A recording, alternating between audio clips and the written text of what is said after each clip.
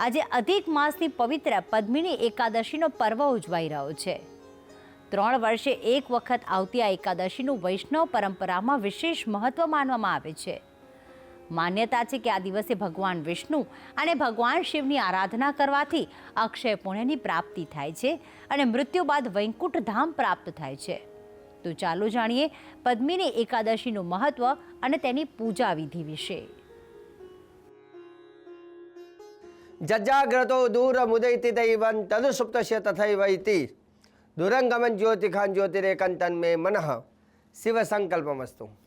જય ભગવાન મિત્રો, હું છું પ્રફુલ્લભાઈ પંડ્યા। ભક્તિ સંદેશ કાર્યક્રમની અંદર આપનું સ્વાગત છે। આજે પદ્મિની એકાદશી છે, તો પહેલાં તો તમને બધાને પદ્મિની એકાદશીની ખૂબ ખૂબ શુભકામના। મિત્રો, ખાસ કરીને પદ્મિની એકાદશી જે છે એ 3 વર્ષે એક વખત આવે છે। દરેક એકાદશી જોવા જાય તો વર્ષમાં એકાદ વખત દરેક એકાદશી આવે છે, પણ આ પદ્મિની એકાદશી એ 3 વર્ષે એક વખત આવે છે। દરેક એકાદશીનું અલગ અલગ અલગ કંઈક મહત્ત્વ હોય છે, એની કંઈક ફળશ્રુતિ હોય છે, એના કંઈક અલગ ઉપાય હોય છે।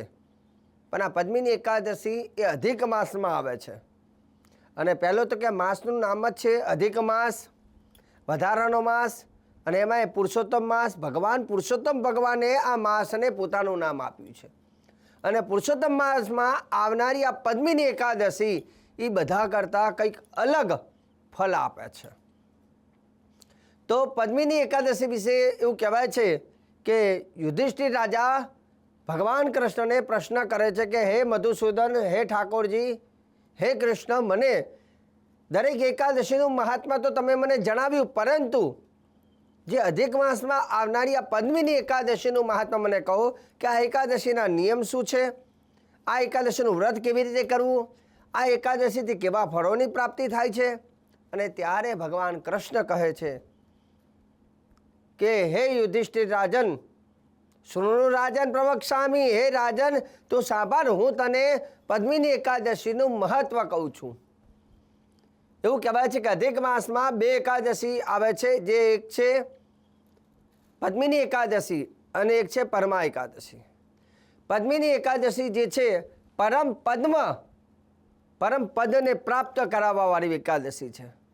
પરમ પદ એટલે આપણે કહીએ ને કે શ્રેષ્ઠ સ્થાન, એટલે પરમ પદ એટલે વૈકુંઠના દ્વાર ખોલવાવાળી એકાદશી છે। મૃત્યુ બાદ પરમ પદની પ્રાપ્તિ અપાવવાવાળી આ એકાદશી છે, જેને પદ્મિની એકાદશી કહેવામાં આવે છે। સાથે સાથે એવું કહેવાય છે કે આ એકાદશી, દરેક એકાદશીમાં ભગવાન નારાયણની પૂજા કરવાનું વિશેષ મહત્વ છે, પરંતુ આ એકાદશીમાં ભગવાન નારાયણ સાથે ભગવાન શિવની પણ પૂજા કરવાનું મહત્વ લખેલું છે। એવું કહેવાય છે કે સપત્નીક સાથે જે વ્યક્તિ પદ્મિની એકાદશી કરનાર વ્યક્તિ છે એના નિયમ શું છે, તો કે પ્રાતઃકાળની અંદર સ્નાન કરી, તીર્થ સ્નાન કરી, એટલે કે નદીમાં સ્નાન કરી અથવા પોતાના ઘરે નદીનું જે કંઈ જલ હોય એ પોતાની ડોલમાં નાખી એનાથી સ્નાન કરવું, અને સ્નાન કર્યા બાદ ભગવાનને અર્ઘ્ય પ્રદાન કરી, સૂર્ય નમસ્કાર કરી અને ભગવાનની પૂજા કરવાની। પૂજાની અંદર ભગવાન લક્ષ્મીનારાયણ સમન્વિત ભગવાન શિવ અને પાર્વતીની પૂજા કરવાની છે। આમ દરેક એકાદશીમાં આપણે ભગવાન નારાયણની પૂજા કરીએ છીએ, પરંતુ આ એકાદશીમાં શિવ સાથે, એટલે કે શિવ અને પાર્વતી અને વિષ્ણુ ભગવાન અને લક્ષ્મીનારાયણ, તો 4 દેવની એક સાથે પૂજા કરવાનું મહત્ત્વ લખેલું છે। પરંતુ આજના દિવસે બીજી કઈ વાતનું ધ્યાન રાખવાનું, આજના દિવસે શક્ય હોય તો જ્યારે એકાદશી હોય ત્યારે આપણા ઘરની અંદર મીઠાના પાણીથી ઘરમાં પોતા કરવા, કપૂરનું ધૂપ કરવું, એટલે વાતાવરણ શુદ્ધ બને। ઘરની અંદર શંખનાદ અને ઘંટનાદ કરવાનું। એકાદશીના દિવસે શંખનાદ અને ઘંટનાદ કરવાથી આગમનાર્થં તો દેવાલમ ગમનાર્થં તો રાક્ષસમ ઘંટાનાદમ પ્રકૃતિ પશ્ચાત ઘંટામ પ્રપૂજે। શંખનાદ અને ઘંટનાદ કરવાથી ઘરની અંદર નકારાત્મક ઉર્જાઓ નષ્ટ થાય છે અને ભગવાન પ્રસન્ન થાય છે। ભગવાનને ખુશ કરવાનો એક ઉપાય જેને કહેવાય શંખનાદ અને ઘંટનાદ। તો ઘંટનાદ કરી અને શંખ વગાડીને ભગવાનને પ્રસન્ન કરવા, સાથે સાથે અખંડ દીવો કરવો, ગાયના ઘીનો દીવો કરી અને ભગવાન ગણેશજીની પૂજા કરવાની પ્રથમ, અને સાથે સાથે લક્ષ્મીનારાયણ એટલે કે રાધા કૃષ્ણ લઈ શકાય, લક્ષ્મીનારાયણ લઈ શકાય, અથવા ભગવાન લાલાની સ્વરૂપ અને જોડે શ્રી યંત્ર પણ લઈ શકાય। અને ભગવાનનું શિવલિંગ પણ સાથે પૂજા કરવાનું, કેમ કે શિવ અને લિંગ, શિવલિંગની અંદર શિવ અને પાર્વતીનું સ્વરૂપ હોય છે. તો આ રીતે ભગવાન હરિહરની એક સાથે પૂજા કરવી. પૂજાની અંદર કહી દઉં કે પંચામૃતથી દૂધ, દહીં, ઘી, મધ અને સાકર પંચામૃતથી સ્નાન કરાવવું, અને પંચામૃતથી સ્નાન કરાવતી વખતે સાથે સાથે અભિષેક કરવાનું વિશેષ મહત્વ છે. જેમાં આ દ્રવ્યનો તમે આ પદ્મિની એકાદશીમાં આ દ્રવ્યનો ઉપયોગ ખાસ કરજો. એક લીલા નારિયેલ, લીલું નારિયેલ હોય એનું જલથી ભગવાનની ઉપર અભિષેક કરવો. બીજું શ્રીફળ, શ્રીફળ લાવી છોલી અને એના જલથી ભગવાનની ઉપર અભિષેક કરજો.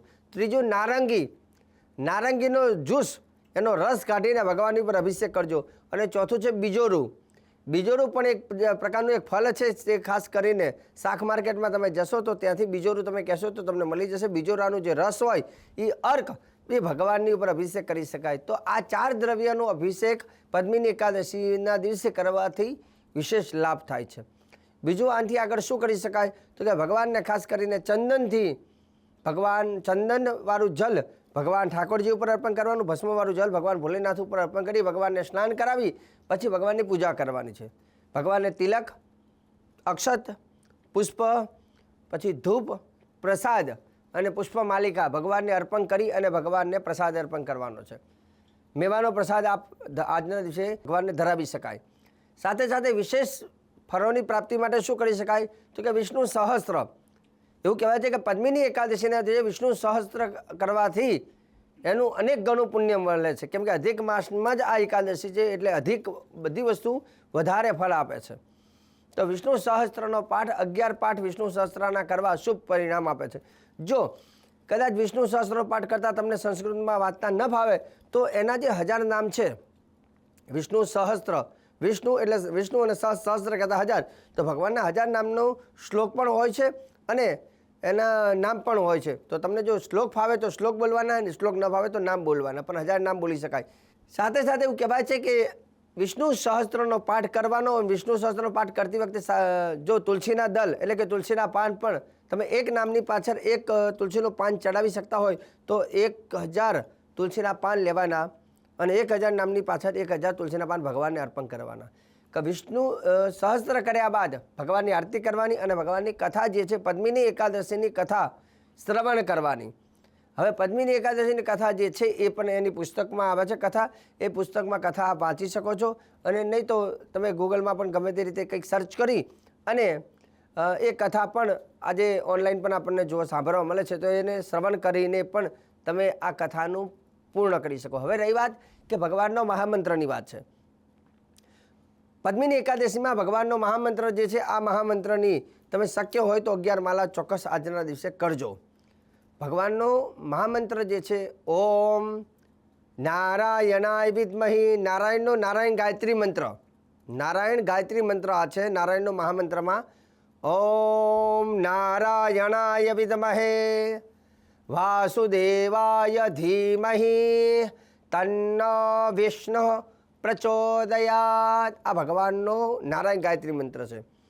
આજના દિવસે આ મંત્રનો ઉપયોગ કરી અને માલા કરજો. બીજા નંબરની વસ્તુ, શક્ય હોય તો તુલસી માતાને આજના દિવસે ફરતા માટીના કોડિયામાં 11 દીવા કરી અને તુલસી માતાને ફરતા મૂકવાના, અને આ મંત્ર બોલીને દીવા પણ તમે પ્રગટાવી શકો છો. ઓમ નારાયણાય વિદ્મહે વાસુદેવાય ધીમહી તન્નો વિષ્ણુ પ્રચોદયાત. આ રીતે ભગવાનનું આજનો વ્રત કરવાનું છે. સાંજના સમયે ભગવાનનું ભજન કીર્તન કરવાનું છે. આવતીકાલે પારણા રચે દ્વાદશી એટલે કે ગુરુવાર. આવતીકાલે પારણાનો ટાઈમિંગ જે છે સવારના 5:24 માંડીને સવારે 8:10 પારણાનો સમય આવતીકાલનો રહેશે. અને પારણા પૂર્ણ કરી બ્રહ્મ ભોજન કરાવી અથવા બ્રાહ્મણને સીધું દાન કરી અને પદ્મિની એકાદશીનું વ્રતને આપ સંપન્ન આ રીતે કરી શકશો. તો દર્શક મિત્રો, આજે સરસ મજાનું મેં તમને પદ્મિની એકાદશીને લઈને જાણકારી આપી છે. આગળ પણ મારે અધિક માસ છે, અધિક માસની અંદર ઘણી બધી એવી ચર્ચાઓ અને ઘણા બધા એવા વિષયો ઉપર મારે વાત કરવાની છે. તો તમે ભક્તિ સંદેશ કાર્યક્રમને સદૈવ નિહાળતા રહ્યા છો અને નિહાળતા રહેજો. અને મને હવે તમે આપી દો રજા. જય ભગવાન.